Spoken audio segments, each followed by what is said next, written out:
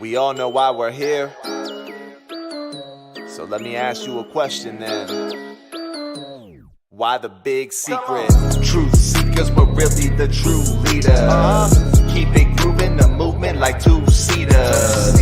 Turn it up, we knocking through both speakers. It's time we get the truth from the big secret keepers. Hey, truth seekers were really the true leaders.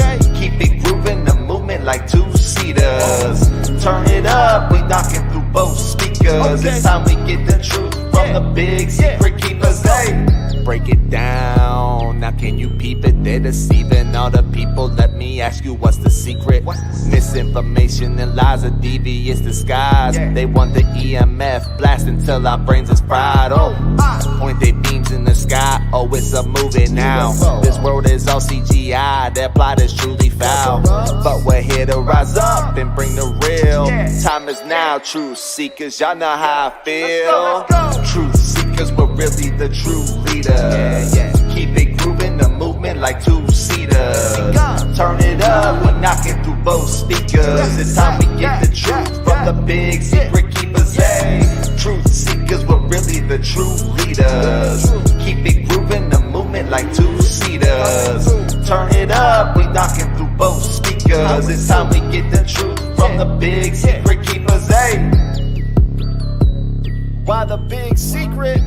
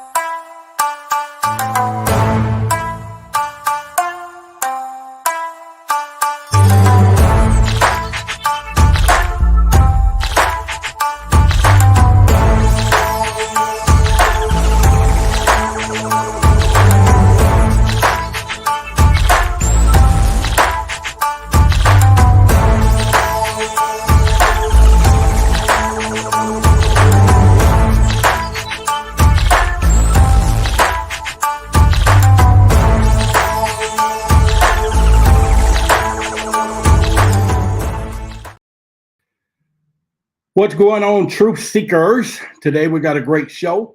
I'm working on my microphone here for you, so we'll get that set up in just a minute.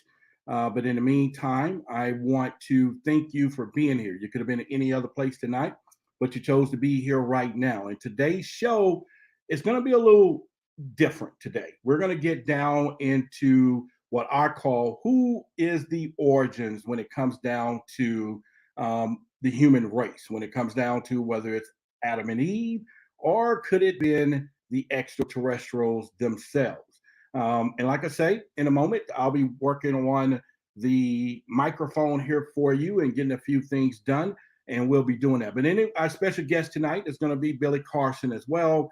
But we're going to cover a lot of stories because, you know, I grew up as Christian and a lot of people have, and, you know, the story of Adam and Eve was the mother creator of us all, not God, but, you know, the two that bred 8,000 or 8 billion people. And I've always wondered, is that possible, especially through genetics? Of course, we go back to ancient civilizations. We're going to have where we talk about more of the proof back in ancient civilizations where pyramids on back. But anyway, the whole point is tonight is to dive into this conversation, but at the same time, get some thought-provoking questions together. And our guest tonight is going to be the greatness of Billy Carson. And so what's going on, man? Can you hear me okay for now? Yeah, I can hear you. Perfectly fine. You sound good, man. You look good, too. All right, hang on one second because I don't hear a thing. And let me make sure. It's not on your end. It's going to be on my end. But I want to make sure we could, let me put it. No, I'm sorry there. But anyway, I don't know what happened. We took these things apart and pretty much. So give me a test real quick. Testing 1 2, testing 1 2. I can hear you. And then in the meantime, I'll be working on this to give the audience a better audio for me in just a few moments. Okay, great. But you can hear me okay though, right? Yeah, you sound fine. You sound good, man.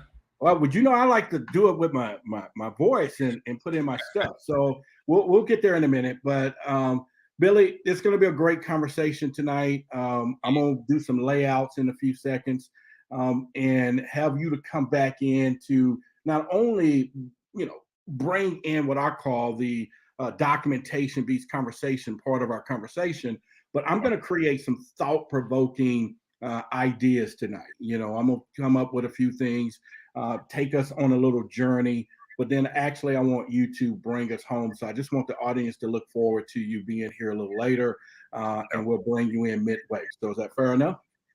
That's fair enough, man. I'm coming back with the science and I'm coming back with the ancient tablets. Well, there you go. Y'all hear it. So y'all stick around. I'm going to get started. Billy's going to be back. You don't want to miss between now and then, but definitely stick around when he comes back and bring it all home. Billy, I appreciate you, and I'll see you back soon. All right, so here we go. Like I said, I don't have my normal situations that I would like to have here, but you know what? This is what we do. We're going to wing it. We're going to put it all together for you, regardless to everything else. So you're going to have to skip the part when I say truth seekers. We're here on Forbidden Knowledge TV, and we are, and I'm located in the Jumbo State. You know the rhymes and everything else, and that comes from my soundboard here from there. But if you're just joining us, it's getting ready to get epic, and let's get down to it. So first thing I want to talk about is the Adam and Eve theory.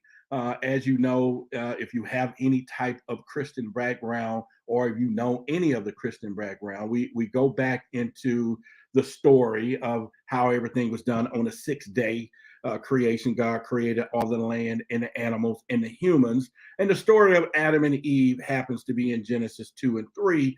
And their creation is focused on, of course, we know the final part is the punishment and how things came from there.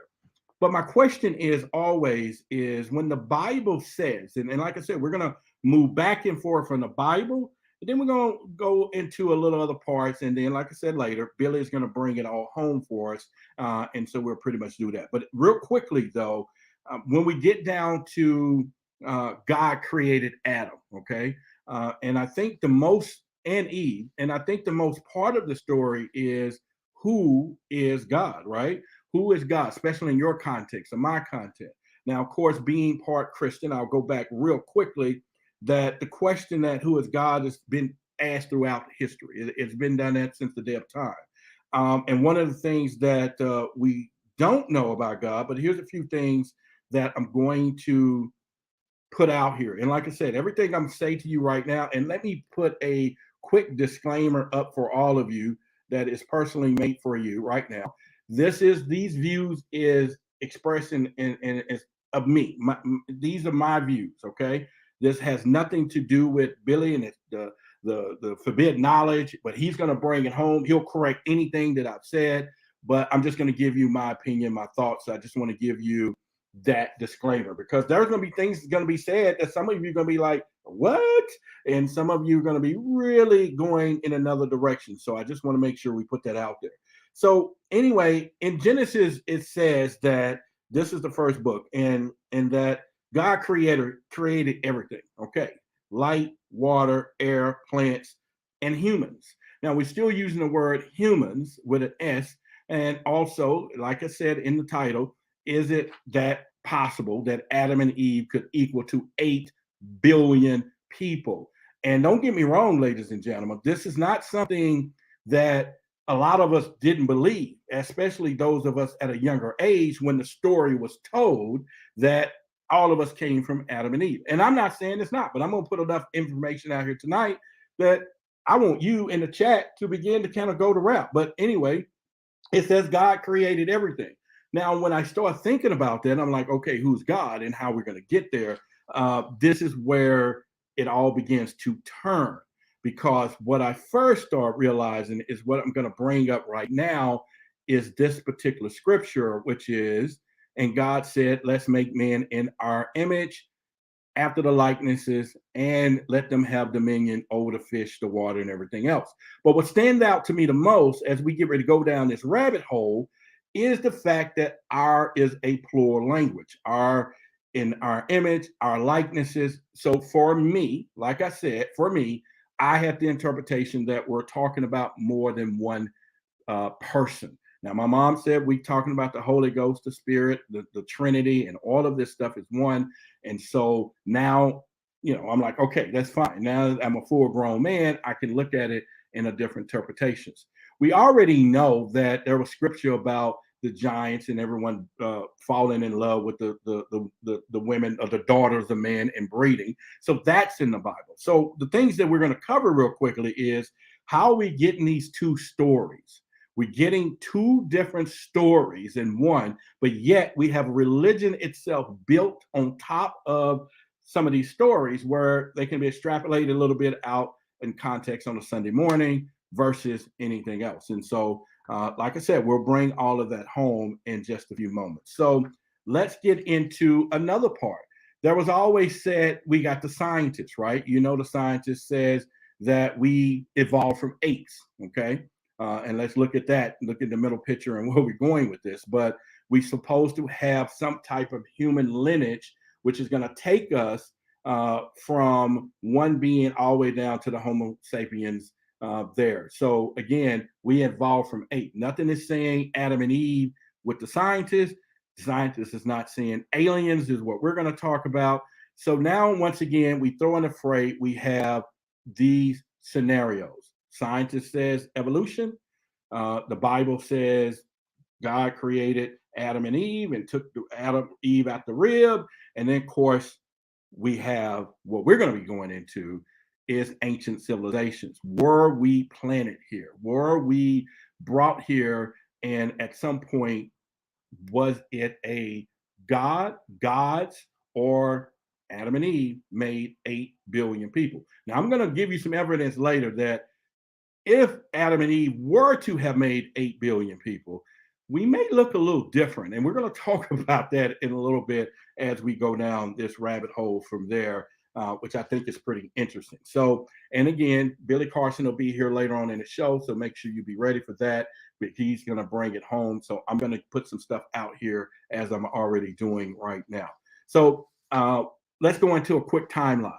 So I'm just going to be bringing a few things. And you are actually on a personal journey for myself, a personal journey that I'm like, okay, this is where we're going to go. But let's kind of go there. So we already know that the traditional biblical timelines, okay? So let me kind of put that into the fray here, is that the creation story, Adam and Eve lived about 6,000 years ago.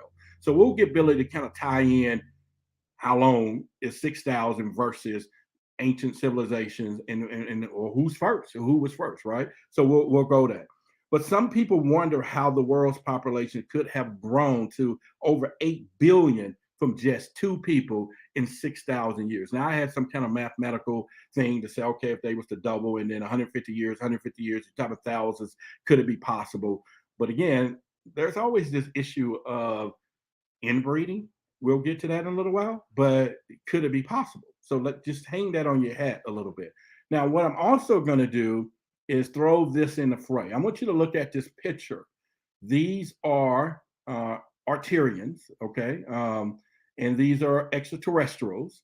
They are blue, okay? And okay, so I'm going to stick that over here for a minute. I just want you to kind of take a look at it. Remember when we get back to something I'm going to cover with you later on in the show that you don't want to miss it, which I thought it was kind of weird. And I'm like, okay, that is another Billy question, but I'm going to put some information out there and then he can come bring it home when I get to that point. So once again, we're talking 8 billion people coming from 2 people.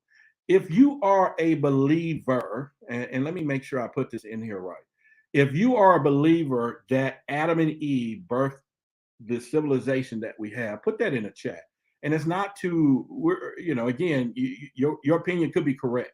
I just want to know who is thinking in that manner, and we can do that right about now. So let's bring that up. All right, so we actually have, let me go back in a minute and pay homage here for a second. All right, so thank you already from Quest. Thank you for the super chat of $10, and I appreciate it as well. We have Native V for $20. I want to appreciate you for putting that out there as well. And I'll go scroll back down here and catch some of the other stuff. But once again, I want to know who, not only as kids or as today, believe or thought or was told or was taught that we came from Adam and Eve, all 8 billion people looking the way we do, all these races and everything else. And I should have just left that out because I don't want to, change your viewpoint just that moment. But the whole point is, I just want to know. And like I said, Billy Carson will be here a little later. For those who just hopped on, he will be in here later to discuss what I'm talking about and bring it home in more details as we go down. And again, thank you. Louis, he said there are people on earth when Adam and Eve were kicked out of Eden. Okay. That is something that, once again, that we would look into, right? Because that was one of my questions today. It was like, okay, was people already here? Now, of course, Zachary Ascension in one of his books talked about there was multiple Adam and Eve. So we're not going to get into that. But at this point, here we go. There's a few people says, Bible Church in South Carolina. Some people say run a poll. Jesus was born a virgin. Okay. Marcus says here's a super sticker of $20. Appreciate you. And know that any of your proceeds here, some of it goes to charity. And so there we go. So he says we're going to do that. So let's get down. And I took a detour, but I want to make sure that we bring where we at from there. So let's do it. All right. Evolution theory. So we talked about that a while ago, right? And evolution says that Homo sapiens came in existence 200,000 or 400,000 years ago.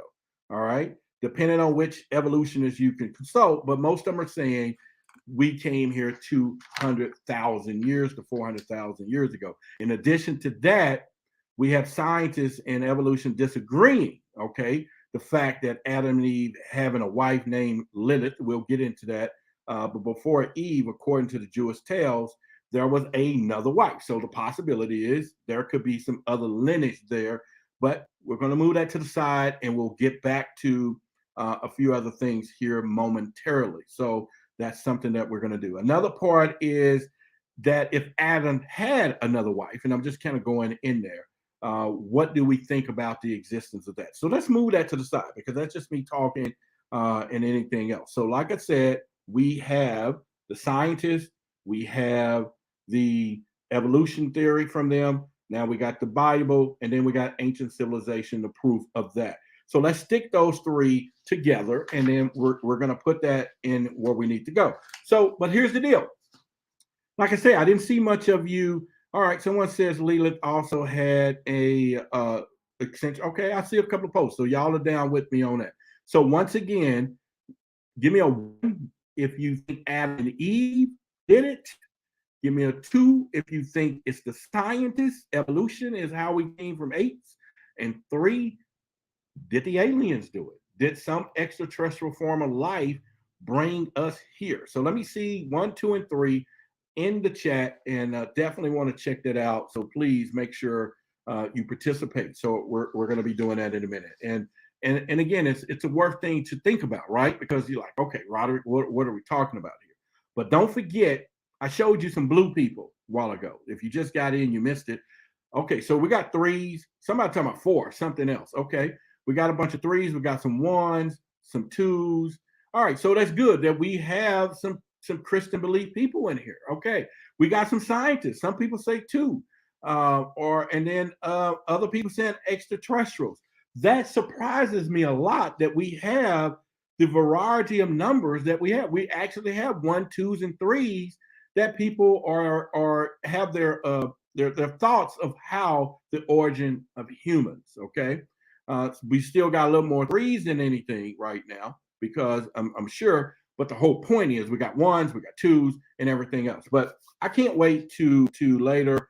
Thank you for the super sticker here, Anthony. Appreciate it. I can't wait until I give you some things of where we're going to go in a moment, and then Billy's going to bring it home. But you're not going to be not satisfied with some of the stuff. So, all right, let's go into. We talk about in the Bible. It talks about the ancients worked together in a structure called the Tower of Babel. All of these different parts in the Bible at some points indicates that there was life before we get to Adam and Eve as well. But yet, when I go to church on Sunday, and when I used to go to church on Sunday, I am being told that Adam and Eve, I'm being taught, even in a relationship, the rib and the rib of, the story. Y'all get the story. And I'm not saying anything against it, but it baffled me as I became more into this UFO investigation thing to understand that, wait a minute, we're not alone in this universe. There's a lot of stuff. In fact, there's a lot of reminiscences before that. So anyway, someone else says I'm the church. But once again, we still get some threes. That's good. We saw some twos. And once again, let me go back to this in a minute. Can any of you, once again, and sorry to have you to vote twice, but the ones who voted twos, that we have evolution and we evolved from eights. Can you put the twos back in there again? I need to kind of see how many twos. Okay, let's kind of do that, and we'll go down that route in just a little bit.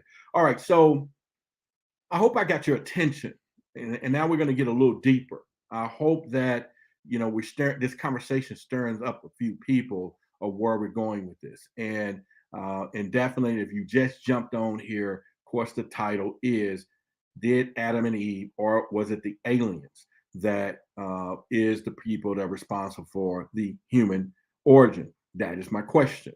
That is the question that we're going to go with, and that'll be the answer, the number one answer that I'm sure Billy Carson, when he comes, will go into. But in the meantime, I still got some other stuff that I want to share with you so that we can kind of hit this thing the way we need to do it. If you haven't had an opportunity and you are finding value thus far, make sure you go ahead and hit the like button. We definitely want to do that and share this video when the time comes. All right, so let me bag up for a minute.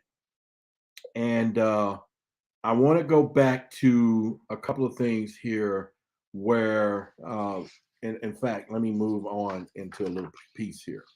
And I'm going to skip this little part because I just want to. I'm going to get deeper into some questions that I have for you. And we're going to do this. Now, there's a lot of implications when it comes down to saying the possibility that 8 billion people came from 2 people, right? We are talking about, how is that possible?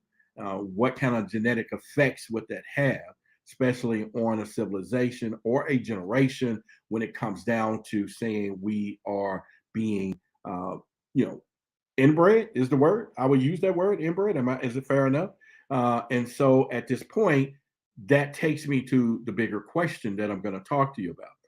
When I started doing this research and asking the questions, and start thinking about some of the stuff that we saw, then one of the main questions I asked myself again, and I've said it over and over again, I need to find the implications of if we did inbreed or we did come from Adam and Eve, it would be an inbreed situation or inbred scenario, right? Am I right or am I wrong?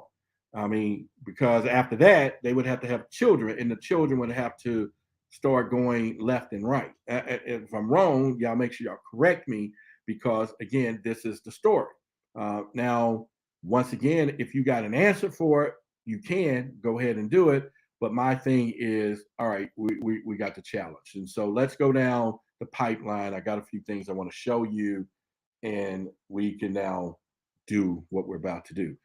All right, so first of all, I showed you this picture here.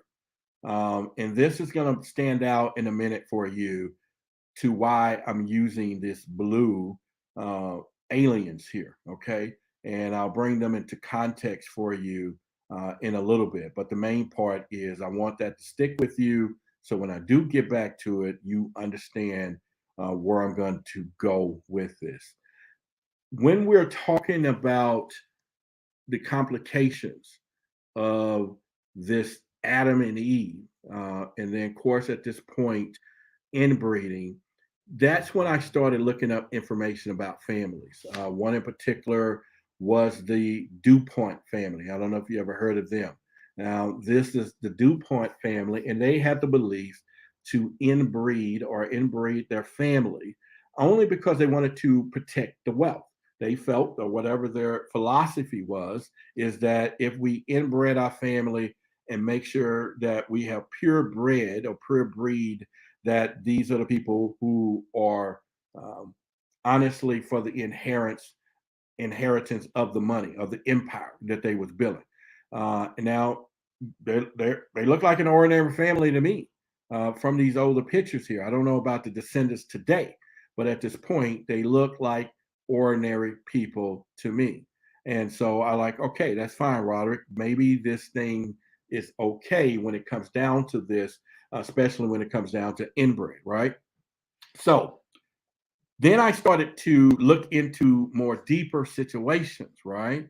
And then is when I started making the discovery of a few other things that comes down the pipeline when it gets down to having inbred situations. One in particular is some of the issues that can come along with that. And I'm like, okay, that's fine. I can put that there for you. And let me stop rambling on. And I'm ready to just, okay, y'all sit back and look at some of these photos and you tell me, what are we dealing with?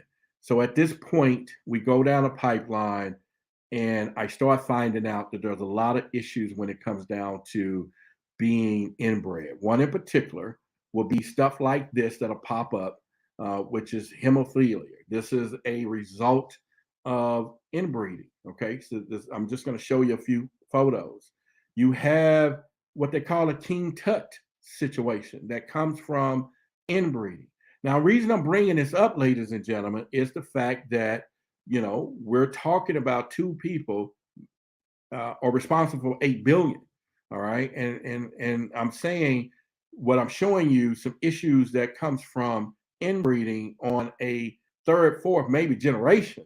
We're not talking about a gazillion generations for all of us at this point. And if I'm saying something different, you make sure you post your comments so we would get that. Now, we already know that back in ancient civilizations, we already had these paintings where they was already deflecting that UFOs exist. Now, my guess is, and is not to say that I know exactly when this photo exists, which is just a remnants, but the whole point is, was it before Adam and Eve or after Adam and Eve, or how did the story lines up? And like I said, that's the whole purpose of the show. And Billy Carson is our guest. In about a few minutes, you're going to hear from him in a few moments. But let me finish where I'm going with this and show you a couple of more things that I was like, I'm not really for sure. We need to think about this. Another genetic defect that comes from inbreeding is called the Habsburg jaw. Okay. And I want you to kind of look at that and we can kind of go from there. But what I'm going to show you in a few moments, though, is some real life stuff. Okay. And then I want to tie this question in. And then, like I say, we'll get Billy in here in just a few moments. But let me finish up real quickly here for you. One of the things that caught my attention was when and like I said, I'm going to bring this one home for you. This blue alien I just wanted to stick over here to the side because it's a question that I have for Billy. And then we already know this scripture came up, right? When mankind began to multiply on the face of the earth, and daughters of man was born to him, sons of God saw that the daughters of man were beautiful, and they took them on their wives. Okay, so obviously that's in the book.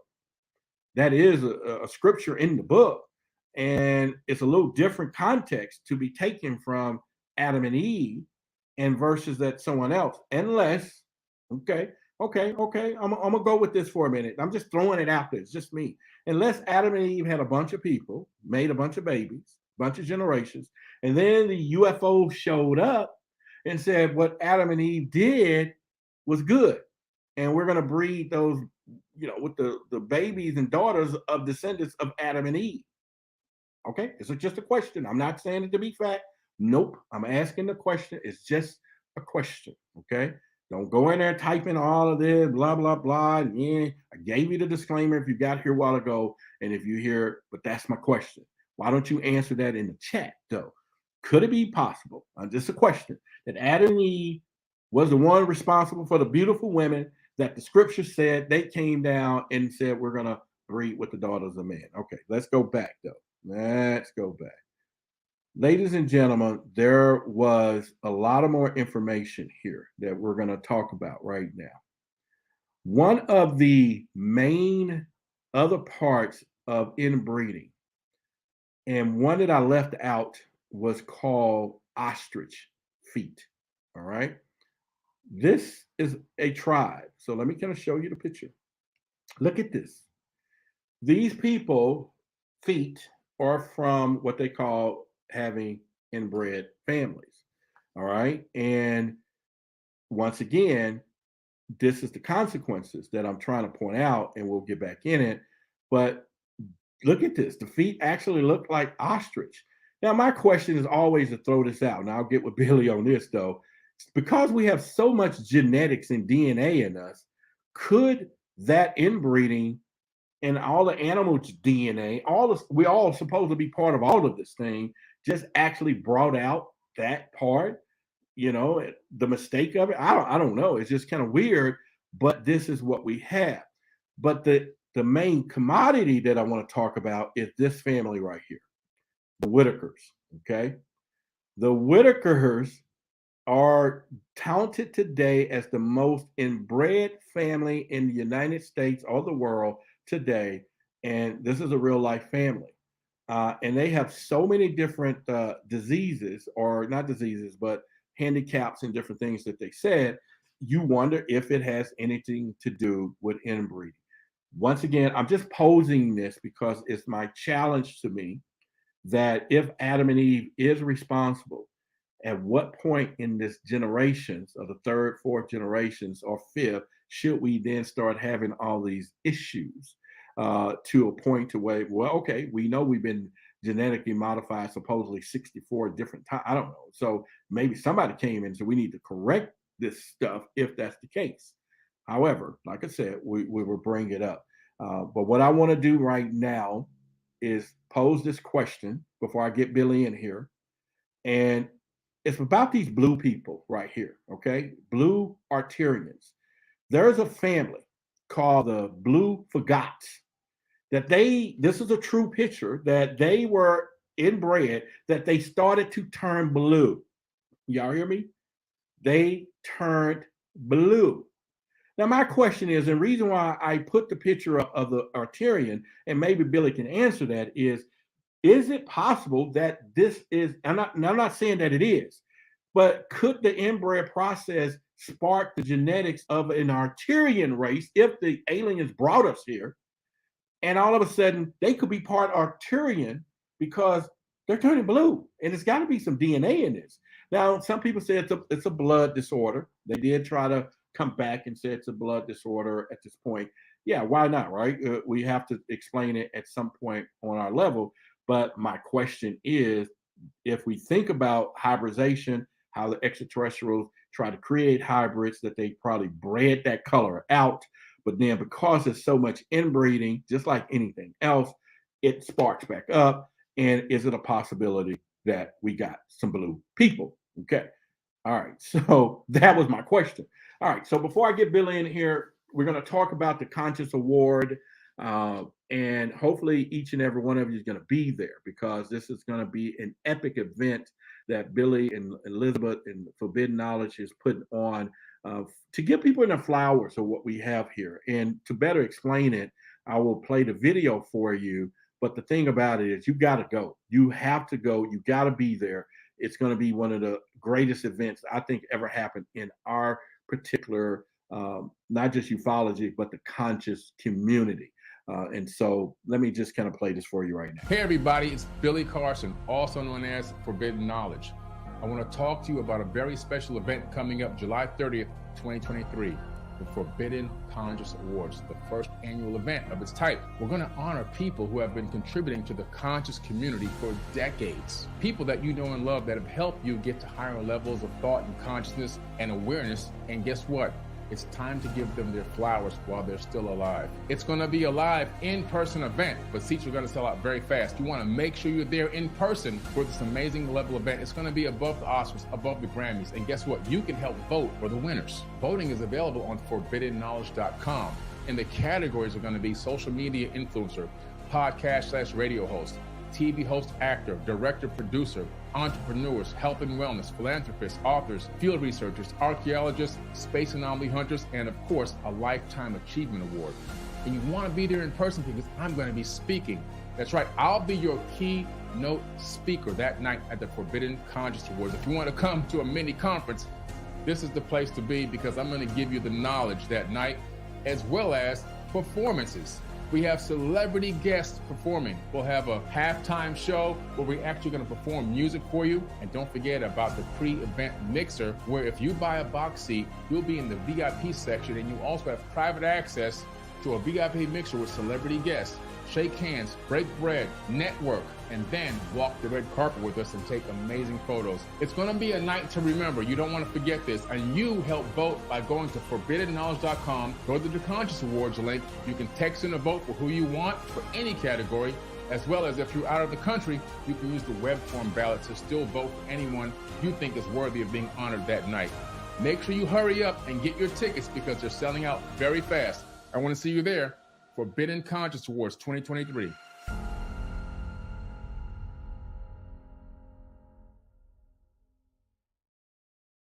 Yeah, we definitely want to see you guys there, everyone there. And if you find value in what I'm doing, I would definitely love for you to vote for me in the podcast show area. And if you go to this particular screen and vote for Roderick.com, it's going to take you where you can put the name and you can put everything in there and vote podcast radio host. I would love for you to vote for me. I try to make sure I do my best to bring you content and everything else to say, you know what, he is worthy of my vote. So like I said, we're going to get Billy Carson in here, and I want to do a quick message house cleaning real quick. And I don't know what I did with it, but anyway, we have a lot of stuff here that I think that people need to understand what we're doing when we do these shows and everything else. And I'm going to do a little quick shout out. It's usually not my style, but I want to shout out to Steve Hodgins. I really appreciate your quote. Cool. Why are you using Billy's name? Clickbait. What's your name anyway? Food. This is why I say, if you can hate me and you don't know me, I can love you without ever meeting you. People like this is the problem that we have when we do. So hopefully I gave you your minute of fame. I gave you who it is, but I am going to answer your question. I am Roderick Martin. So I just want to do that for you. All right. So Billy, sorry about that. I just wanted to give him a little piece, a little bit, because man, we get some crazies out there. You know what I mean? Okay. I don't hear you. Let me make sure I got your mic is muted. So. All right. There you go. Yeah, there you go. All right. Yeah, but that's just a reflection of his own interior pain in his own self. He's a person that's hurting inside. Anybody that lashes out at somebody else without even knowing them, even if you do know them, but when you lash out at somebody, just so randomly, it's just that the person is suffering inside. It's a mirror of the inside of them coming to the outside. And, it's an unfortunate thing, but it happens to a lot of people on this planet. People are suffering internally. And so their only outlet is to lash out at others because they don't have any way to deal with their own self issues and their own self trauma. Right. Yeah. Well, that's one of those things. So what I want to start out with, and then I get you to bring it home. What are your thoughts? Just like I said, this was just me. Blue people from inbreeding. But then if you think about genetics, is it possible that they could have some extraterrestrial DNA that was blue, which are Arcturians, supposed? That's just my question. And if I'm wrong, you can shoot it either way. That was just my question. Well, listen, anything is possible, especially in this universe. Now, the fact that some people have blue skin is due to several reasons, as you already know. Low oxygen in the blood. That could be due to a certain type of inbreeding that created a low oxygen blood type. In other words, these people have inbred themselves, and one of their own personal side effects within that small gene pool is low oxygen, which give them a bluish hue. Another thing could be They could have been using a lot of colloidal silver. Back in the day, long before Big Pharma even existed, colloidal silver was used for pretty much almost everything. Pink eye, to remove bacteria and viruses and so forth from the body. It's still in hospitals to this very day. And so it's used in quite a lot of different ways. But back then, people would take it as a tonic and they would drink it. And if somebody was a real true believer in it, they would drink a lot. And if you had really fair white skin, and you abused it, it can give you a bluish hue. That's just a hypothesis. I didn't say that's what they did. Just a hypothesis. I'm looking at all the different options. And of course, another option is you look at ancient civilizations. So if you go back into ancient Egypt, you go back into ancient India, you discover that they had some blue people there. Those people were considered to be gods. So you had Krishna, who was blue, and you also had Ra, who was also blue. Not Amun-Ra, that's Marduk, but the super ancient Ra, who was older than Osiris. He was blue, and the ancient Egyptians believed that he was blue, not blue as we're going to just paint him blue, but his skin was actually blue. So we have a depiction of a blue being in ancient Egypt. We have another who he was actually blue before the dynastic era even began. And then we have another god coming out of India who walked amongst men that was also blue skinned. So could this also be a genetic mutation off of a lineage of a bloodline that existed? There's so many factors that come into play. And of course, the other one would be a hybridization program. Could a side effect of that be bluish skin or tinted skin? It's all a possibility. All of those factors could be a possibility. Now, one of the things you mentioned, the colloidal silver, there was a story about this guy. I think they called him the Blue Popper Smurf. And he actually was using a lot of colloidal silver, and he actually turned blue. And, they did a lot of articles and news stuff on him from there. And so I do understand all of that. My thing was just kind of like, okay, let's just pose the question of alien DNA, hybridization. Of course, if they were trying to create a human to fit in to the humans, they're going to make sure they breed out colors and all that, but still hidden in the DNA probably. That was just my thought. So I'm gonna start with these three lanes, and you bring. I want to add something to that real quick before you go on. Sorry to interrupt you, but when you look at the genetic differences between the races of people on this planet, yes, we're all the human race, but we also know that there's a division between our color of our skin, and some of our features of our bone structure and our faces. Now, when you go back into the Emerald tablets, you discover something very interesting. The first thing you discover is that Thoth took a crew with him to the land of Kemet, before it was called Egypt, the land of Kemet. And this crew of people he took with him were not from the same place. They were a multiracial, multi-species humanoid people that he took to Kemet to rebuild the land of Kem. Once he rebuilt the land of Kem, he told them to spread out all over the planet and duplicate what they had done here. And so they rebuilt Kem after the flood to a high level of civilization, and he sent these people, these other aliens, out around the planet. They then ruled over humans in different regions of Earth as they rebuilt the entire Atlantean civilization on this planet. Now, what's interesting is this: the people that they ruled over resembled them. You know how if you're a farmer and you have cattle, you brand your cow with that hot brand, and it burns into the cow's rear, and that way everyone knows, hey man, that's Farmer Joe's cow. Don't touch his cows. And so these people did the same thing, but they branded us genetically. And so what they would do was they branded different races. So the reason why scientists and geneticists discovered that there's a 2% variance in the way in our genetics that causes the different races, they knew that that was possible through evolution. However, it would take almost tens of millions of years to happen naturally. However, they know it only happened approximately 200,000 years ago. And when did the genetic modification, according to the Sumerian tablets, happen to Homo sapiens sapien? Approximately 200,000 years ago in the tablets. So the tablets is meeting up with modern science and saying somebody with advanced technology genetically modified people 200,000 years ago, and also genetically branded them to create different races and spread them out all over the planet. That would be the Tower of Babel incident in the Bible. when men were spread out and their languages were confused. In other words, they made everybody speak different languages so they couldn't communicate properly. This was done by advanced beings. You can call them aliens, you can call them the Anunnaki, you can call them Atlanteans, but these people tinkered with our genetics, created the races, and then also spread people out and changed all the languages and ruled over people all over the planet, according to the ancient tablets. Wow. And you know, it's great that you brought that up, because yeah, the Tower of Babel was on my conversation, and I was like, yeah, I'm gonna move it to the side, knowing that you was gonna bring it up. But so here's the deal. The word is the word. That's what my mom said, really. The word is the word. And where do this Adam and Eve come into play that they are responsible for me? They don't. They're not. Okay.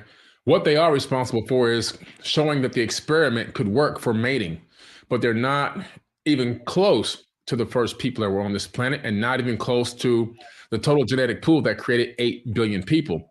As you already stated well in the beginning of this podcast, there's no way in the world you can take 2 people and create 8 billion. Genetically, it's just impossible. There's not enough genetic material. Not to mention, if you go with the theological point of view, the theological world point of view, that the earth is only 6,000 years old and people have only been here for 6,000 years, to get 8 billion in 6,000 years, I came up with a mathematical formula for that. So you have N, P, R, and T. N is the initial population. P is the final population. R is the annual growth rate. T equals the time period in years. All right, so it's a pretty much simple mathematical equation. N equals P divided by 1 plus R with T squared. So if you do this mathematical, and I was a math genius, obviously, in school, but you look at this, you have, okay, this is what you're going to have to get. You're going to have to, assuming a constant annual growth rate of 0.5%, we can calculate the number of humans needed to be born per day as follows. And I have the calculation here, and it's going to come out to be 1.3 million humans need to be born per day. When you do this every single day. Right now, we only have, huh? I said, roaches don't do that. No. You're crazy. But think about that. 1.3 million people need to be born per day to have 8 billion people here in 6,000 years. So I'd say to the religious zealots, how is this possible? It's not possible. At this point right now, we're at the most people born per day in recorded history, which is approximately 350,000 people per day. That's about how many people are born. My fifth granddaughter was just born 2 days ago, right? And so, you have to have right now there's about 350,000 people born per day, not 1.3 million people per day. And to start off, you got to remember this. On the very first day of sexual reproduction, it needed to be 1.3 million that first day. Yeah. 8 billion. So the first day that Adam and Eve came out, they needed to have sex some kind of way magically, and 1.3 million needed to start that day. And that from every day point forward, from that day forward, needed to be 1.3 million people. Thank you for the congratulations on my fifth granddaughter. I appreciate it. All right. It's impossible. It's genetically and physically and numerically impossible that it happened. It didn't happen. That's the fact. It didn't happen. When you look into the biblical text, you discover a couple things. The first thing is, if you read the Bible, of the book of Genesis accurately, there were people that had been created before Adam and Eve. It says it kind of ambiguously, but it lets you know that people were here. In the Sumerian tablets, you find the full story. In the Enuma Elish and the Atrahasis epic, you discover that people were being cloned. So there was an existing hominid on this planet, which was our cousin, not Homo sapien, but still our cousin, right? And the Anunnaki people, they didn't tinker with them initially. They let them just be on their own. And they focused on using this planet, according to them, not according to me, as a breakaway civilization. They started mining, creating canals, building cities.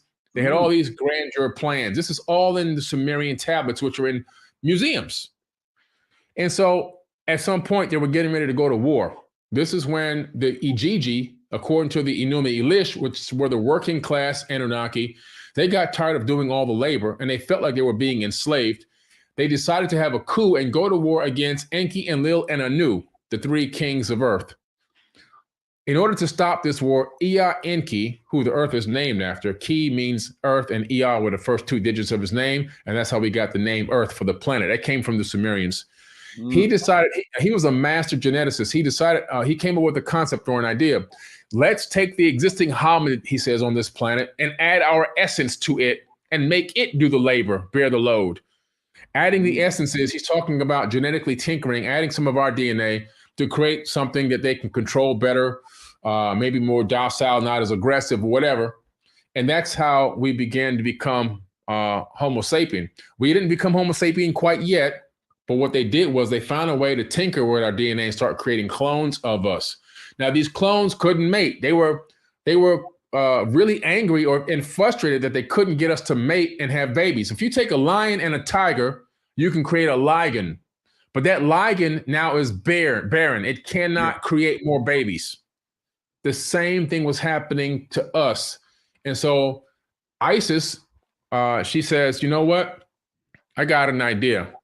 I'm going to give birth to the first man. And what she did was she took the egg out of one of the hominid females. They tinkered with the genetic material in the egg. That's what we call in modern science. It's called making a zygote. She put that in her uterus. That's in vitro fertilization. She took it to term 10 months, not 9, 10 months. And in the cylinder scroll, she holds up the Adamu when it's born. Adamu means first man. And she says, my hands have created it. That begin the generations of Isis, or the Genesis, the Genesis. The Genesis book is the generations of Isis. That's when it begins there in terms of Homo sapien sapien moving forward. Now, when you analyze the text even deeper, you discover this. They tried to mate Adam with these existing people. It didn't work. They said, damn, that still didn't work. So that's when they took some of his DNA, cloned Eve, and then mated them, and she was able to conceive. They said, oh, we got it now. So then they used that same process they used to create the Adamu, and they made more Adamus via in vitro fertilization in the birthing houses of the Hathors, which are located at the temple of Hathor. That was the birthing ground for the Adamus. They continue to make more and more and more. And then they would have the more Eves through real, vaginal birth. And then they would grow them up, put them in the Garden of Eden, Edin, which was an outdoor laboratory that had guards at the gates. And if you read the Apocrypha text, the book of Adam, which was left out of the Bible, they talk about the guards at the gates. And they were stuck in there. And they had mating times where they were forced to mate on certain times, and you couldn't mate out of turn. And they were utilizing human beings as cattle and just breeding humans for the purpose of what? The purpose of creating a slave race. And this is spoken about in depth in the book of Adam. It's spoken about in depth in the myth of Adapa, which is also Adam in Sumerian. And of course, if you understand what you're reading in Genesis, you realize that mankind was made to do the work and carry the load, just as the Anunnaki said, but they toned it down a little bit in the biblical text. So that began the generations of Isis. Now, what happens when Cain kills Abel? He kills his brother, first recorded murderer in history, right? Yep. He then, at least in the biblical text version, he then tells God kicks him out of Eden, and he says to him, the people out there will kill me. What people? You only got, at that point, Cain, if you read the Bible, it's word for word. You got Adam, Eve, Cain, Abel, and then you got Seth. And then the Bible says, and the people of the land begin to multiply. What people of what land are multiplying? What are you talking about? It's because people were already out there. Hundreds of thousands of people already existed. So God said to Cain, don't worry, man, I'm gonna put my mark on you. That's a genetic mark. And people are gonna know I own you, you mine. So when you get out there, they're gonna be like, oh, don't touch him because, Lord Enlil, who was also known as the Lord, he was also known as the Lord Enlil. He was also known as Yahweh in the Bible, but he's also known as, to the ancient cultures, as Satan, the Lord of Eden. He puts a mark on him, sends him out there, then that begins the history of the Canaanites. You see? So this whole concept that's been taught in all these Bible studies and everything else about this Adam and Eve, and they took the rib out, and then from that, all these people came, and 6,000 years later, we got 8 billion people. It's the most ludicrous story on the history of mankind that grown folks that are older than me still believe to this very day. So my question is, why the big secret? Control, domination, power, and of course, money. That's why. Those things, those three things right there keep people in the dark. The people that want to control, dominate, and profit from ignorance, they keep the boot on your neck so that you can't lift your head up and see over the doggone edge of the gate and see what's going on behind that gate, and keep your neck down. We don't want you to see what's over there, because over there is too much information, too much knowledge. When you get that knowledge, you're going to get up and step over the gate, and you're going to be like, man, why am I behind this gate locked up like this, giving you my soul, my energy, and all my money, when I could be over here free as a bird, living my life and enjoying and bringing heaven to earth? So the more domination, the more control, the more you control the narrative, and the more fear you can pump, you're going to die in a lake of fire. You're going to burn for all eternity. The biggest thing about Christianity is people don't care about God and Jesus. You know what they care about? They care about their own skin. They like, damn it, I don't want to burn for all eternity. If this is real, I'm going to suffer. I better pretend like I love the Lord. And that's what happens. I'm just being real, man. All right, so I did a consensus a while ago where I asked who believed in Adam and Eve, who believed in evolution, and then of course extraterrestrial interaction. And there was a lot of people that said that in there, put twos, that they believe we evolved from apes.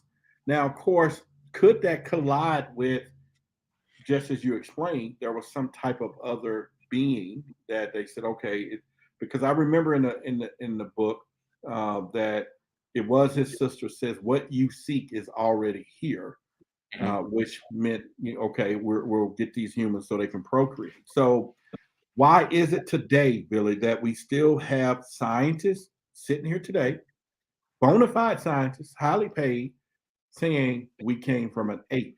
Are they just misunderstanding the evolution? No, they know what's up. They're not misunderstanding. They cannot tell you the truth, because they'll lose their funding, they'll lose their research money and all their grant money. So they have to go with the mainstream lie that's been propagated over all these hundreds of years. If they change it or go against it, they'll be ostracized and they'll lose their money. And that means they can't drive a nice Mercedes. They can't pay for that nice mortgage and put their kids in nice schools and all that kind of good stuff. They can't go on great vacations. So they continue to propagate the lie. Just like a lot of big time pastors, especially the super pastors, the big pastors of all of those big giant churches, they know all the truth and all the information, because those guys really study and research.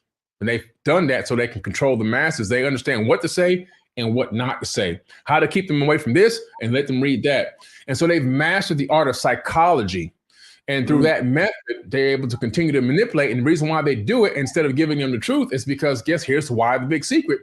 They got to pay for their mansions. They got to pay for their cars. They got kids that got to go to school. They got private jets. They got a lot of responsibility. They got corporations and businesses and everything else that need funding. So they are not going to issue the truth. They're going to continue to run with the fake news, and they're going to continue to push the hell, all eternal hell, burn, suffer, pain. God is going to lash out and destroy you. God is good all the time. He never changes, but he's going to kill you and murder you and make you suffer for all eternity in a burning hell, because you were nothing before you were born. You were actually one of the most miserable things that ever exist. You were born in sin. That's what they tell you. That's all fake. All fake. Preach, brother, preach. But here's the deal. The Vatican, they're already preparing to say, if the extraterrestrials come and show that we all have the same God, how is that going to work, and why are they preparing for that? You know what I mean? Yeah. The Vatican priests have come forward. This is about maybe 7 years ago now, and made a astonishing statement, public statement. In that public statement, that press release, they stated that they are happy and waiting to baptize the first alien. Okay, so the Vatican, they think the aliens are going to line up to get water splashed in their head. Yeah. Take me to come on with it. All right, I'm with you. Well, what they're doing is, this is their attempt to continue to control the narrative, because they know at the point that we're at now, it's inevitable that people are going to begin to realize that we aren't the only ones in the entire universe. and that visitations are happening and that people are seeing things in the skies, and that people who are amateur astronomers and amateur photographers, and we get all these cell phones running around, that this stuff is going to begin to get captured in bigger and bigger volumes, and more information and more evidence, circumstantial evidence is going to be provided saying that, hey, this stuff is real. There's something going on that's visiting us that we don't understand. And so their attempt to control the narrative is to, they're going to baptize the first alien and so forth and so on. And it's really a ludicrous statement, but a lot of people, they flock to those kind of statements because they still believe in the monotheistic idea, the one God system where we're the end all be all and so forth and so on. And that everybody's got to worship this particular entity when in truth, it's probably far, far, far from being accurate. And I think that, there are beings, advanced beings, aliens, whatever you want to call them, that are watching us. We talked about this kind of in the Black Knight satellite documentary. And I think that they're waiting for us to grow up. They see us going through this natural phase. I think a lot of civilizations go through this phase of the Bronze Age and then coming up into leaving spirituality and getting into religion and being dominated and controlled by a small group, and then overthrowing that group and realizing their true sovereignty and taking back control of their planet and their self-knowledge and love, and then rising into a golden age. That seems to be the cycle that always happens. And where did I get that from? The Emerald Tablets. Thoth talks about this in the Emerald Tablets. He talks about this happening not once, but many times, not only on Earth, but he says it's happened on many, many worlds, and that he's traveled to many worlds and he watched civilizations rise and fall. And the evidence of this to me is when I went out to Australia in 2020, the beginning of 2020, I went out into the outback with the Aboriginals, and they took me to this area where Thoth Amalbi is etched in giant petroglyphs, etched into the hard rock there. It's a gigantic depiction of Thoth from Africa in Australia on a spaceship. This is the Aboriginals riding through the Milky Way. And it's amazing that in the Emerald Tablets, he says he's gone from planet to planet watching civilizations rise and fall. Just pretty interesting. So I think that we have a lot to learn still. And religion is just a small phase of mankind's consciousness evolution, as we find out now that more and more people are waking up to the ludicrousy of religion and starting to move into spirituality, where they can understand that they are already divine. We are already eternal. We are already all everything. It's all in every single cell in our body. Our spirit is multidimensional, and people are finally starting to wake up to that truth and reality, and they're unlocking themselves from the spiritual prison and beginning to walk in their true power.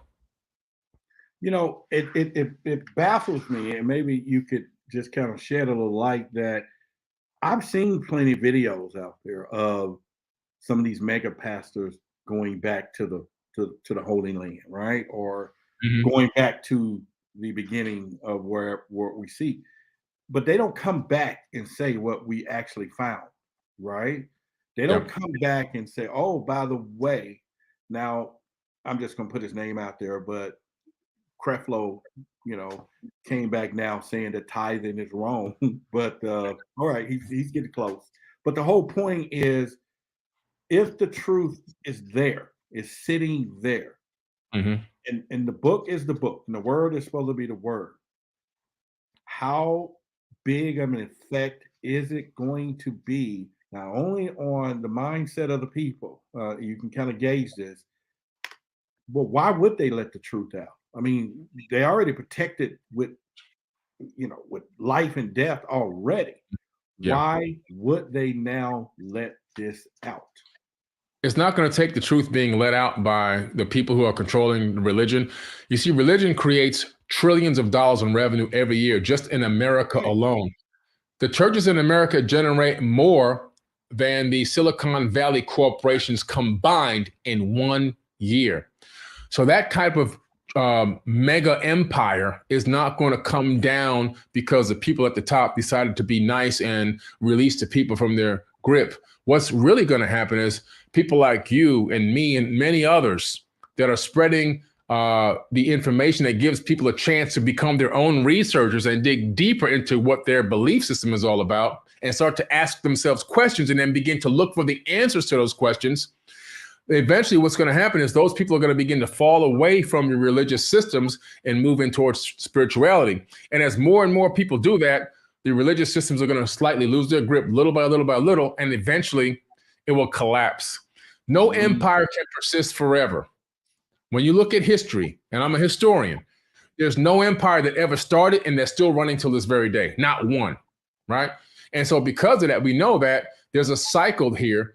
And since no empire can persist forever, the religious empire, at some point, it will fall. It must fall because people are beginning to wake up. And those people that are waking up are talking and spreading more knowledge and more information and teaching their kids better. And their kids are going to teach their kids better. And by the third or fourth generation from now, religion is going to be a thing of the past. It's going to be considered an ancient thing. It's going to be considered a thing that human beings did at a time and period when they were trying to grow up consciously. And it's a stumbling block that we had to go through to get to where we are now. All right. So if that's the case, and we would think that, we're supposed to evolve to that, why would they put the worship gene in us? And now we're trying to get away from it, but it's in our DNA. How could we? We can rewrite DNA. See, the Anunnaki put a worship gene inside of us, and I'm glad you brought that up. A lot of people say, well, why do we have to feel this need to worship something on the outside of us? You find out that they tinkered with our genetics and put a worship gene in, and the scientists, modern day scientists, discovered this gene in the genome, and they know how to turn it off and turn it on. When they turn it off, the person doesn't have a need to want to worship anything on the outside anymore. When they turn it back on, they want to worship something on the outside. It's a tinkering of a little tiny gene in the human genome that makes us want to worship outside things. When they turn it off, it's gone. So we know that gene is in us. But however, scientists proved that we can rewrite our own DNA just even through talking to ourselves. If you say positive affirmations out loud to yourself for 21 days, you speak 3 times a day to yourself and give yourself 9 positive affirmations about yourself 3 times a day for 21 days, scientifically proven, peer-reviewed science that's in the scientific journals, you will rewrite your DNA. You can re-encode yourself through conscious thought, backed by action, through affirmations, through thinking differently, through research and investigation, through meditation. There's so many ways now that we're discovering that these hard-coded genetic things that are inside of us in this hard-coded DNA structure can all be rewired. The coding can be changed. We can hack into our own code and we can actually change it. And we can begin to reprogram ourselves. So we unlearn so we can relearn. Then we teach that to the next generation. And by then, by the 3rd generation after that, there's no need to worry about it because that old program code has now been deleted or put into an archive. So it kind of goes along with if they were to restructure our DNA, or we were to do it. Now, that goes back to the 369 that you taught in the workshop? Yeah. Okay. All right. Okay. So I'm gonna set that to the side. So let's get back into, and I'm not gonna hold you up too much longer here, because once again, there was people in this room, in the chat, that felt that Adam and Eve is a true story. What do we say to those people who just now listening this today? And I'm probably going to wake up in the morning and they're going to go to church this Sunday and see reminiscences of Adam and Eve. What I'm going to tell you what to tell them. They didn't read the Bible yet. They haven't read their Bible. See, I've read the Bible over 100 times, frontwards and backwards and frontwards. I've looked into all the different etymology of all the words, broken the words down into their original text, analyzed the original text, gone back into Hebrew, gone back into Aramaic. Nobody's doing that. No Christians are running around doing that. They barely can recite you a couple of verses out of the Bible. And the ones they recite to you are the ones that they heard the pastor say, or something they heard on some show or something that they was watching. They really, really don't take the time to investigate. Nobody has spent over 1,000 hours like I have investigating the Bible. They just don't do it. What they do is they read a couple of verses, drop a couple of dollars in the pot, kick their feet up and watch the world burn, because according to the Bible, they're going to be harvested away in this special rapture, and all the infidels are going to stay here and suffer and burn in an eternal lake of fire. That's actually not even correct. You see, they don't even know that the rapture was added to the Bible in 1835 by William James Darby. It's not even actual scripture. It was a footnote that pastors had in the later production of the Bible had added into actual text and verses, and then it became copied from there. and they realized the power that it had over people because of fear it put into people, and they had more control over the people. So they let it become part of the verses when it was actually just a footnote by William James Darby. There is no rapture, not coming. It's not going to happen. Hell was added by the Catholic Church, in the 1700s. And so it's like hell is just another concept, this eternal lake of fire that the Catholic Church used to generate money when you came to do your penance and all this other stuff. Right. And so that, again, is another false, another fake thing that just doesn't exist. And if you read the beginning of the Bible, just the Bible, don't even go to the Enuma Elish or the Seven Tablets or Atrahasis Epic and other stuff that really where the Genesis came from. Just read the Bible very, very slowly in the very beginning, and you will see that people and animals were created. And then later on, people were created again because that was the version of Adam that was more perfected than the previous ones. So people were here already.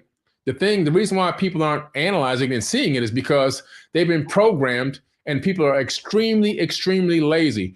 Most people on this planet, I would say about 80% of the people on this planet are extremely lazy.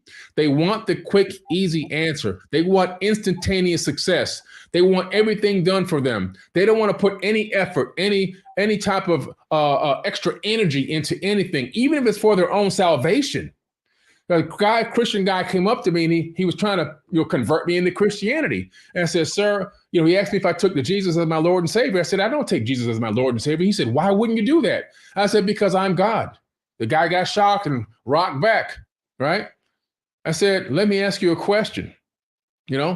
This is the book that you're basing your whole eternity on. He says, yes. I said, okay, incredible. That's pretty good. I said, give me a 2-paragraph description about the book of Deuteronomy right now. Go. Couldn't do it. The book of Deuteronomy. Is that the book of? Yeah. Give me 3 sentences. Give me a 1-paragraph summary. Couldn't do it. I said, wow, you can't do that. I said, how long have you been a Christian? The guy claims his whole life he's been a Christian. The guy was 50-something years old. I said, you had all these decades to become an expert in this information that you're basing your eternity on, and you can't even on the dime give me 2-paragraph summary of one of the most important books of the Bible. And I know it and you don't. There's something wrong with that. I did the same thing to Jehovah's Witnesses. They don't know that Bible. They don't know the history of Jehovah's Witnesses. They don't even know when their Bible, which is brand new, they don't even know what year it was written. I knew all that information. I had to school them too. When these people run up on me, I got all the knowledge, and they're basing eternity on this now. Jehovah's Witness told me, look, only 144,000 are going to go to heaven. You got to be one of them. You better hurry up and convert with us. I said, let me ask you a question. 144,000 people are going to go, only the ones going, right? They said, yeah. I said, that's interesting. I said, how many people are on earth right now? How many population do we have on earth? The lady told me about 3 to 5 million people. I said, lady, there's 3 to 5 million people in this Tri-County area. Yeah, I know, right? It was 7.5. I said, there's 7.5 billion people on earth right now. The lady's eyes got big. I said, wouldn't it make more logical sense that you would keep this information a secret since only 144,000 are going to make it to paradise? That's what they call it in Jehovah's Witness, paradise. They don't call it heaven. I said, wouldn't it make more sense that you would keep this a secret and not tell everybody so you would have a better chance of getting in? The lady's eyes got big again, I said, she didn't know. And I said, who's Charles T? She didn't know about Charles. She didn't know about the guy that wrote all the pamphlets and all that. And she didn't know anything about this stuff. Man, it's just like, it's crazy how people run around and they chant this stuff and they try to preach it and convert people to it, but they have no knowledge whatsoever. There's still grown folks walking around thinking that 2 roaches and 2 parrots and 2 lions and 2 gazelles got on this ship with Noah and went around the world with 2 of everything. Our next show is about Noah, and that's the next show we're going to be doing is the Noah's Ark. You got to get me on there. We're already working on that right now. You got to get me on there because this kind of foolishness, it has to come to an end. This kind of illogical thinking, this kind of lack of logic is destroying future generations on this planet. Running around pitching these dumb stories and teaching these kids this foolishness and got them regurgitating it generation after generation. They found the actual Sumerian tablet, which we'll talk about in your show, that talks about Noah's Ark. And next, I'm gonna save that for your next show. We're gonna talk about that. So y'all hear it next week. Is it next week? Would be good for you, or the week after? What time? I'm coming on there next week with you. All right. So yeah, that we already in the making with that one. And do we have any type of sheep gene? You know, like being sheeples? Because what you said a while ago reminded me of going to church, and the pastor says, "Would you all please stand?" And he says, "All right, turn to Psalms or Genesis, whatever." And he reads it, and I was like, always saying, "Well, I can read the stuff myself. I can just do this at home," you know. But it sounds like what you were saying is why we have so many people that they don't go to church to read no further than when they go. He said, "Stand, turn to page such and such. Here's the word. Give it a title, and that's it." That's it. That's all they read. Whatever they can come to in that book, they're going to go home and kick their feet. Do you know the main reason why they don't continue to read the Bible? Because they don't understand what the hell they read. They have no clue what those verses mean and what they're saying. Gotcha. And to them, they're reading a bunch of jargon, okay? They're reading jargon. They really don't understand what they're saying and what it's saying. They have like literally no clue. And so it gives them like a brain twister. And they say, you know what, I'm just going to kick my feet up and keep hoping I can say, forgive me at the right exact time, just before I die, so that I can make it into this heaven. Because if I miss it off by 1 millisecond and I pass away too late, I don't say, please forgive me one more time, I'm not going to make it. It's just this fear factor. It's nothing to do with loving Jesus. It's nothing to do with loving people. It's nothing to do with unconditional love. It's nothing to do with loving God. It's all about loving themselves and how can they keep themselves from burning in this fake lake of fire. That's all it's about and nothing else at all. It's about self-preservation. And that's why they keep pushing the fake stories about Adam and Eve and Noah's Ark and all this other kind of stuff. And you better say you better say you're sorry and please forgive me and beg, because if you beg at the right time, you just might make it out of here. It's all about self-preservation. It has nothing to do with that. And the biggest evidence of this is the discrimination between religions. Baptists don't like Protestants. Protestants don't like, Southern Baptists, and Southern Baptists don't like Pentecostals. And it's just, it's nothing but separation. It's nothing but divide and conquer, and nothing but hatred, and nothing but gossip and hatred within these churches and all this kind of stuff. It has nothing to do with unconditional love. It has nothing to do with raising to a higher level of consciousness. It's all about control and that prosperity message. Don't forget about the prosperity message. They got to give you that. I was getting ready to get in there and say, all right, so you probably need to do a show and title it something like "Get Your Gold Here," because we've been told I need to go to heaven to get the gold, or get my treasure or get my kingdom and not here. So a lot of people think money is evil and all of that. And of course, that's a detour. We can get on that another time, because I always felt like I don't want to get to heaven and say, "Oh, what's all this?" Well, this is all the stuff you didn't get on earth. Send me back, But at the end of you know what I mean? Like, send me back. I don't want to deal with that. Just a few more questions, and I had some written down here in our final hour. So yeah, we definitely going to talk about that Noah stuff. Like I said, it was already on our list. We was talking about that today, and then we was going to go light them up on Noah. We're gonna light them up on Noah. We're gonna light them up. All right, then y'all hear it next Tuesday night, 8:00. We're gonna light you up on Noah. Make sure y'all be here. Don't miss it.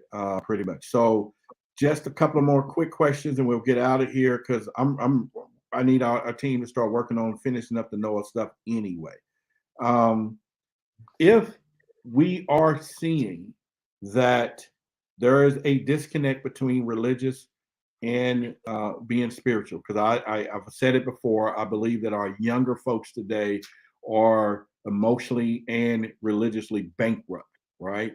And the reason I say it, because they're now noticing this whole structure of the church is not working for the parents and it's not working for them. And they're like, what is going on here? If that's the case, my last question would be, who, if it's not a good thing, who put it in here? Who is responsible for all of? Somebody had to be the first person, just like somebody saw the first chicken and said, "Let's fry that bad boy."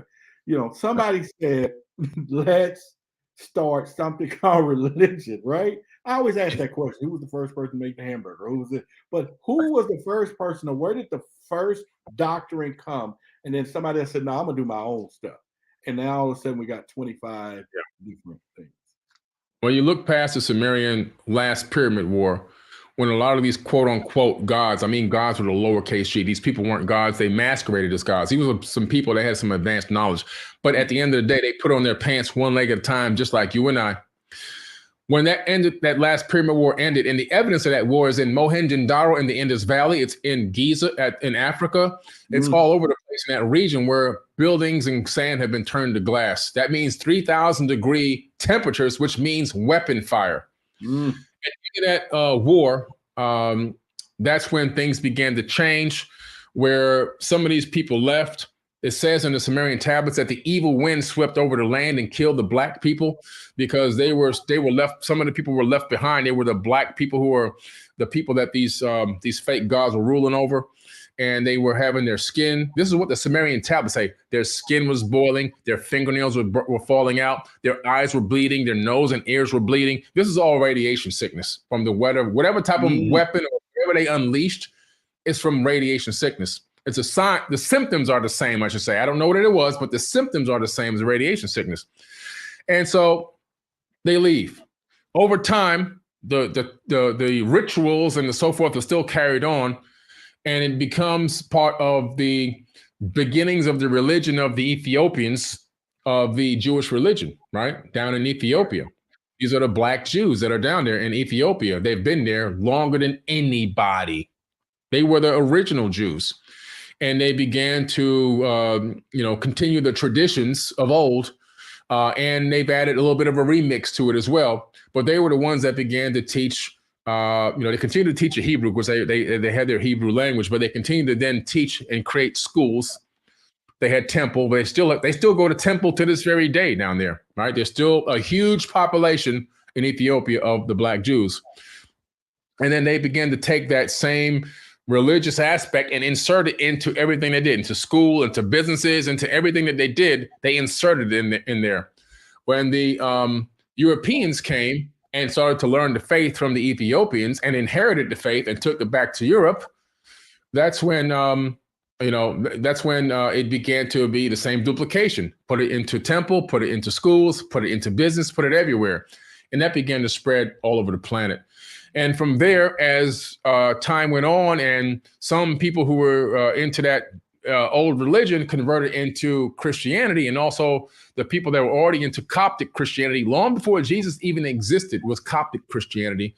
They began to, focus on the same system of put it into schools, put it into work, put it into everything, businesses, everything else, encompass it within the entire life, all the rituals, the whole thing, the whole religious belief system. And so it began to dominate everywhere. When the Catholics got a hold of it, the Catholics went around the world, killed and tortured 80 million people under the order of the popes. It's the papal inquisitions. And they then used a whole nother technique to insert it into everything. They used death, destruction, rape, murder, and killing to make sure everybody was going to convert over to that religion. And so that's how it was spread around the planet. It was not spread by love and tranquility and the good news is coming to your country. It was, we're going to come to your land, Mr. Indigenous people. We're going to take your chief. We're going to take your priestess or your king. We're going to take your sage, your medicine man. We're going to bring him to the center of town. We're going to tell you to convert and learn our language and convert to worship our God. And if you don't, let me tie this guy up. We're going to light him on fire right in front of you. You're going to watch him burn and scream till he dies. Now, if you don't want that to happen to you, you get in line and you do what we tell you to do. And then once they begin to learn the language and follow the religion, by the next generation, they're forced into it. The kids are like, look, you got to do this. By the next generation after that, boom, it's done. It's signed, sealed, delivered, baby. We got a global religion going on, and all we had to do was rape a few thousand people on each continent. Yeah, you would think we would be a lot stronger than that, but it just reminds me of a picture of even slavery. You think about the first person, they was like, hey, we want you to pick this cotton. You would think the first one, like, I ain't doing nothing. But right. And the second one says, don't hit me, I got it. Right. Yeah. That's it. That's religion. what happened. This is your new God. No, I'm not. That's not my God. Well, Yeah. okay, because my God would have let me get killed. So he said, "Stay alive." There. Okay, I'll do it. That's exactly what happened. All right. Yeah. So, man, I appreciate you for being here tonight. And, I had a little video to kind of let everyone know that Maria and I started and I didn't get loaded, but we'll get it done. But Maria and I started the weight loss, so Nice. I'm going on that journey. And so I'm going to have the whole audience, you guys going to go on a journey with me.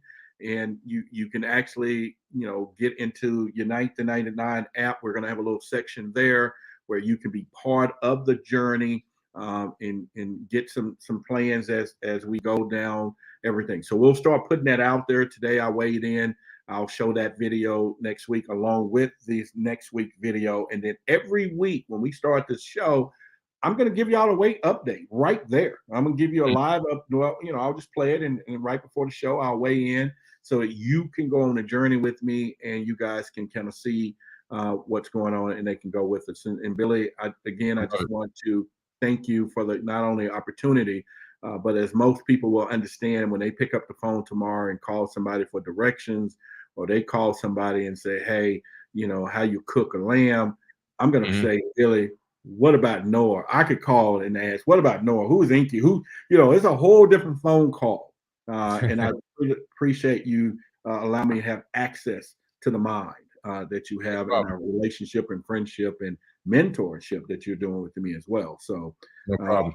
Any last words do we want to say before anyone else? But we'll just leave them with the words of Tuesday. Noah? Look, we're going to see you next week, but at the same time, learn how to become your own researcher. Learn how to ask questions. Like Tupac said, even a genius asks questions. Learn how to ask questions. That's the most important thing you can do. That's why we have the premises of Why the Big Secret. I tell everybody your eyes are useless when your mind is blind. It's time to think why. And that is that question. And although we're explained out there every day, they give us the narratives of how and what, nothing is important as asking the question why. It'll take you to a whole nother level. Billy, thank you for coming. Say hello to Liz. And I'm going to close out everything, and I appreciate you. All right. Peace. All right. Okay, there you have it, everyone. I'm removing them, bringing them up. Okay, there you have it, everyone. I hope you enjoyed the show. Make sure it's 3,000 people in right now. Hit the like button. If you have not, we should grow 1,500 likes like that. And I really appreciate it. And make sure, like you said, if you find value in what I'm doing, don't forget to vote for Roderick and own a conscious award. I hope I get your vote. And that's voteforroderick.com, and just put the name in the podcast section. We will do that. And as you hear him already, he's already saying next week, we're going to get down to it. I'm just going to play the part of asking questions as though it's you. And as you see, I put out some myths and some things that I'm thinking and let him bring it home, because no one's better than doing that than him, right? And so that's how it works. And so I appreciate you. Again, if you found value tonight, within the show, I appreciate you. I do have a channel, Why the Big Secret, okay, on YouTube. We're going to start doing series. We're going to do a show here Tuesday, Thursday, and then back Tuesday, 3-part series. You don't want to miss them, starting in a few weeks. And so we're going to blow you away. So definitely Why the Big Secret YouTube channel, okay? Roderick Martin, Why the Big Secret. Subscribe to the channel, and you're going to start seeing some double content there for you and everything else. And with that being said, I love each and every one of you. And I've said it 100 times to my haters. If you hate me and you don't know me, I'm going to love you, but I am not going to ever meet you, I hope. But every day I got love for you. And from there, and with that being said, kiss the kids, kiss the wives, kiss their, everybody say love to each and every one. Good night. And we will see you on Tuesday night next week. And so let's rock it.